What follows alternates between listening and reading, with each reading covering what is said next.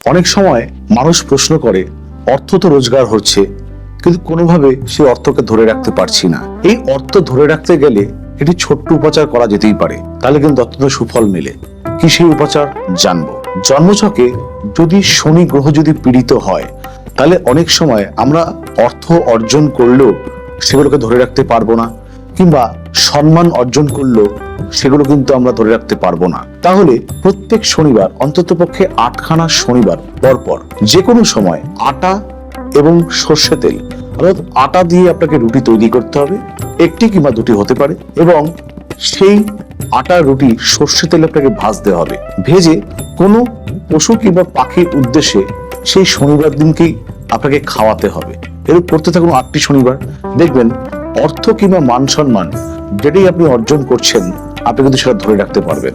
113তম সর্বপরিত্রাণ মহাযজ্ঞে, তারাপীঠে, শিব চতুর্দশী অমাবস্যায় প্রত্যেককে স্বাগত, সকল গ্রহ সংস্কার এবং পুজো পূর্ণ হাতি দেওয়ার জন্য। ভালো থাকবেন।